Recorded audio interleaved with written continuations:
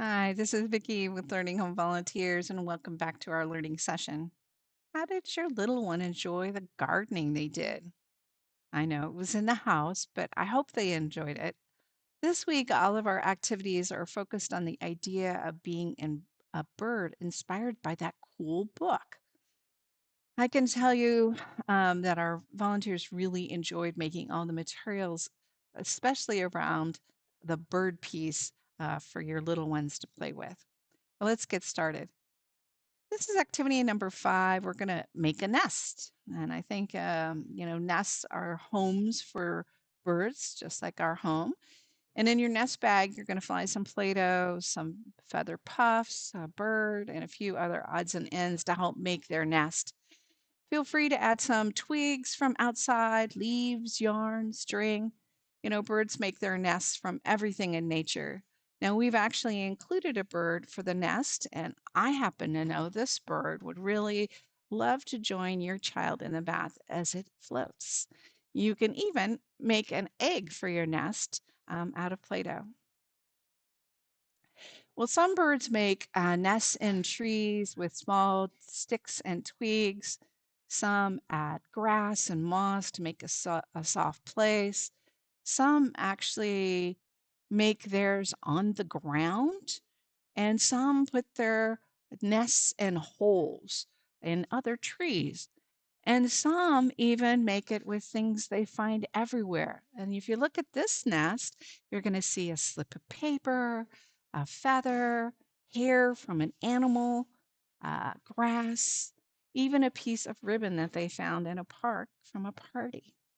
What will your nest look like? This is activity number 6. Feathers in the past have been used to write. They called them quills.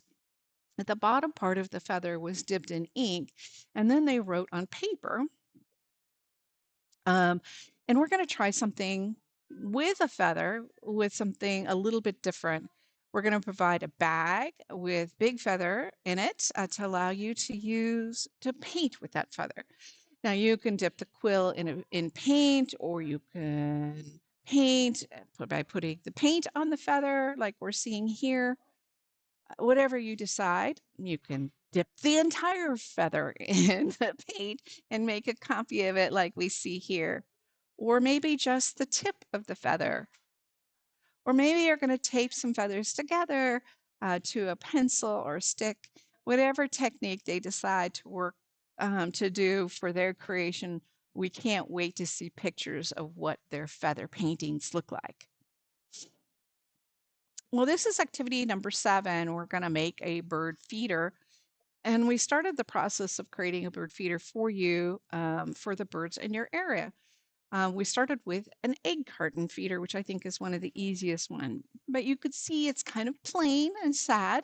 So it certainly would be great if your child can decorate it, or maybe even something a little bit fancier like this. We've provided some bird seed, enough to fill it. Now, there are other ways to make bird seed feeders or bird feeders. One of the is by making it with a toilet paper roll. You can take the toilet paper roll and use a butter knife to cover the roll in lard so the seed will stick. And when it's covered in lard, then you can actually roll the toilet paper roll in bird seed. The toilet paper roll could be put on a branch like we see on the left, or you can put a string through it and hang it from the tree itself. Well, this is activity number 8. I imagine that the best part of being a bird is flying, so we didn't want your child to miss that opportunity. So our volunteers have created a bird that could be decorated and flown. They'll have 2 pieces in your bird, and they connect together to actually fly. We can see on the top is the body, and on the bottom are the wings. And when you slide the wings into the slot, you get a bird. I don't know what your bird is going to look like, but we used crayons on one of ours and built a rainbow bird. And the second piece we did, we used marked paper and glued it to our second bird, which I thought was kind of cool.